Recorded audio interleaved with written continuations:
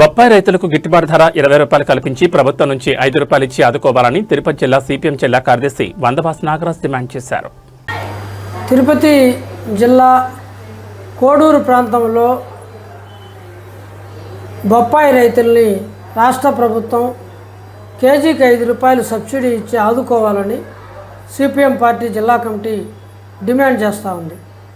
కోడూరు, చిట్వేలి, పెనగలూరు, ఓబ్లార్పల్లి ఈ ప్రాంతాల్లో ఈ బొప్పాయి రైతులు దాదాపు 25,000 ఎకరాల్లో పండిస్తున్నారు. ఆ రైతులు తీవ్రమైన సంక్షోభంలో ఈరోజు ధరలు పడిపోయి ఇబ్బంది పడుతున్నారు.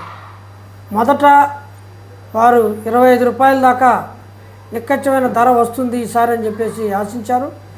ఆ 25 రూపాయలు రాకపోగా అది చివరికి అటు ఇటు పడిపోయి జిల్లా జాయింట్ కలెక్టర్ గారు వెళ్ళి వ్యాపారస్తులతోనూ దళారులతోనూ రైతులతో కూర్చొని మాట్లాడి సమావేశం నిర్వహించి 18 రూపాయలు ఖరారు చేశారు. కానీ ఆ 18 రూపాయలు కూడా అమలు కావడం లేదు. మళ్ళా జిల్లా కలెక్టర్ గారి దగ్గర ఏదో సమావేశం జరిగినట్టు ఈ దళారులు మధ్యవర్తులు ఆడిన నాటకంలాగా 16 రూపాయలు అని చెప్పేసి ఈరోజు అమలు చేస్తున్నారు. ఈ 16 రూపాయలు ఏమాత్రం గిట్టుబాటు కాదు. రైతులు తీవ్రంగా నష్టపోతారు. వారు అప్పుల పాలైపోయే పరిస్థితి ఏర్పడుతూ ఉంది.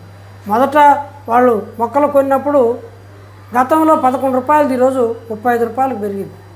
నాణ్యమైన మొక్కలు లేని కారణంగా దిగుబడి కూడా అంతంత మాత్రంగా వచ్చింది.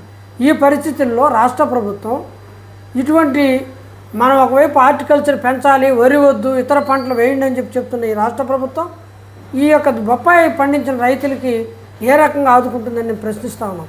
వారికి బాధ్యత లేదో అని అడుగుతూ ఉన్నాం. ఖచ్చితంగా ఈ జోక్యం చేసుకొని రాష్ట్ర ప్రభుత్వం గతంలో మామిడి రైతులకి ఏ రకంగా అయితే కేజీకి 4 రూపాయలు ఇచ్చారో బొప్పాయి రైతుకి 5 రూపాయలు ఇచ్చి సబ్సిడీ ఇచ్చి వారిని ఆదుకోవాలని సిపిఎం తరఫున డిమాండ్ చేస్తూ ఉన్నాం. వారు విసుగు వేసారి చివరికి తెల్లవారుజామున కాగితాలు తగిలిపెట్టి నిరసన తెలియజేస్తే అప్పుడు ఈ ప్రభుత్వంలో కదలికి వచ్చింది. జిల్లా కలెక్టర్ గారు ప్రత్యేక సదస్సుని రైతుల యొక్క నష్టాన్ని వివరించి ఖచ్చితంగా ఈ సబ్సిడీ సాధించాలని చెప్పి సిపిఎం పార్టీ విజ్ఞప్తి చేస్తున్నాం.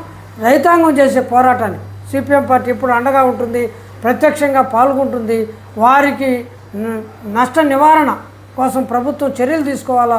ఆ చర్యలు తీసుకోకపోతే వాళ్ళు చేసే పోరాటానికి మద్దతుగా ఉంటామని చెప్పి సిపిఎం పార్టీ తరఫున నేను తెలియజేస్తా ఉన్నాను.